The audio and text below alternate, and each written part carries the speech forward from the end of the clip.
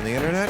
Jay Keebler asked the doc, do you think it's possible for American students to someday be ranked #1 in the world in science? I guess we are not now, right? Not at the level of high schools and middle schools and below. And one of the problems is, by the way, that about 90% of middle school science teachers don't have any training in science. It's a real problem. Even the science teachers? Yeah, these are teachers teaching science, and they're uncomfortable with it. I remember my daughter when she was in grade 2. I went into the class, and the teacher, what do you learn? It's light during the day and dark at night. The teacher was uncomfortable with that. And that is correct. Yeah. No, but the amazing thing is, however, at the upper levels, we're still the best in the world. We're still bringing the best students in the world here. And I think I've actually said something which was a little controversial, but I think at some point we have to let the free market work and say, and I don't think science is more important than English, but at the same time, if you want to get science teachers, people with a science training on the whole can get paid more outside the teaching profession, and you might have to pay them more to actually bring them into the teaching profession. That's a little... It doesn't help when, if this sequester cuts in, something like 150,000 teachers will be laid off anyway. That's the predicament we're in. That's why central government discussions about these issues are so critical, because as Professor Krauss says, our children are not being educated to the extent that they should be, and we continue to lay off teachers. Okay. In fact, the Brownback thing is going to lay off teachers in Kansas. It's a perfect example of that kind of nonsense. Teachers in Kansas. Yeah, I know. You would kill me. Okay. For Tina Brown, is print news obsolete, and will the trend away from printed material eventually extend to literature? Well, it's certainly going. I think it's all going on online. I mean, you walk through a plane now, everybody's on a screen. Right. Everyone is on a screen. Right. I think books are still going to be around for a bit, but I definitely think magazines and newspapers, all screens. It's good news for trees. Good news for trees. It Do you really think is. it's generational? I mean, I like to read a newspaper, but I used to like to handwrite, and now I can't handwrite anymore. I think more and more and more. I mean, I'm fascinated, actually, most of the time. People are not actually reading on those screens either. That's the other thing. I mean, you think they're going to be reading, they're not. They're actually playing their games and doing their apps and, and doing all this stuff. It's not reading. One thing the newspaper could do that I think would help is stop making it that size. Yes. Because the younger generation is used to that size. Yeah, I think the New York And the Times newspaper to them tablet. is just preposterously unwieldy. I agree. Yeah. It's like a big whale. It is. It's like you're fighting it. Okay.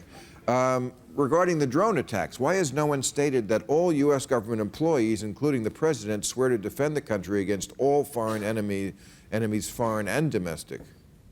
Well, I think they have.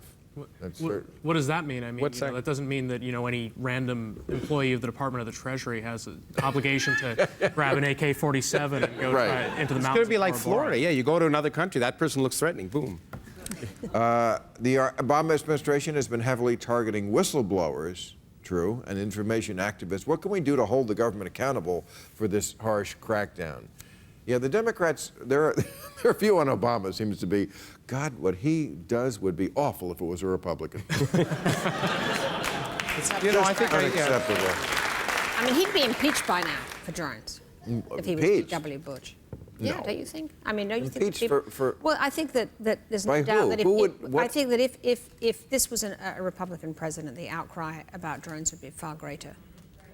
Well, I mean, I think that's true, but it doesn't necessarily mean that the outcry would be correct. Absolutely. But I it would also still get be the bigger. sense that Democratic presidents have to show they're hawkish. They have to show they have the balls to kill someone. and they have to, the same thing with the gun. This is my yeah. problem, with the Democrats and the guns, is that we don't have a party in this country that really is against guns. We have a party that loves guns in a fervid sexual kind of way. And a party that says we love guns too, but just a little more rationally. But, it's not like the liberals are against guns. Yeah. Okay. Josh, you recently said that Obama has, quote, given up on economic policy. What would you recommend he do to get back on track? You don't really think he's given up. I do. I think that Really? You don't think he works on that every day? I think the president has decided that Congress is so obstinate that he just can't get any of the important things he would like to do done on economic policy. And I think he thinks he's going to put his energies into other areas. But I think it was premature for him to give up. I think the failure of Congress to work with the president is a two-way street. I don't think the president really likes interfacing with people in Congress, even in his own party. You see Democrats complaining that the president never meets with them. He doesn't engage actively enough with Congress. And I think governors like Andrew Cuomo and Chris Christie show how you can work with a legislature of the opposite party that doesn't really like you to get things done. So I think that, on the infrastructure stuff we talked about, I think if the president focused the idea in a little bit of a different way, saying, we'll spend money on this, but we're also going to take down regulatory barriers. I'm going to work with Republican governors who would be happy to have infrastructure money funneled through their states because the states end up doing most of this direct spending. He hasn't done that?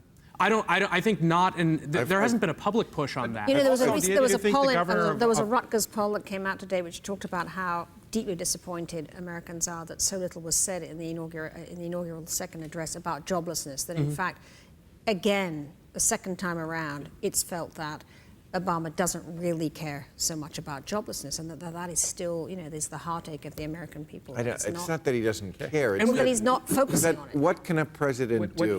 That's what they can't. In fact, you said, it's true. He may not want to work with the other party, but the other governors didn't face a party who, the day he was elected, announced, you know what, we're going to disagree with, we're going to vote against everything you want because we don't want you to succeed at all. That's a pretty harsh. But I think we saw this in the fight over the fiscal cliff too. I mean, the president decided that his top priority in that fight was getting the tax increases on high-income Americans, which has various long-term budgetary benefits, but it doesn't do anything to create jobs this year. If he decided instead that his top priority was extending the payroll tax cut and various other short-term stimulus measures, and had given the Republicans something on tax rates, I think he could have gotten a deal that would have been better for short-term job growth. And I think Tina's right, that I think a lot of people are perceiving that the administration has decided to prioritize deficit reduction over job growth, and because they've decided there's just nothing significant they can get done on job growth. I think it's that, jobs are going either overseas to immigrants or to robots.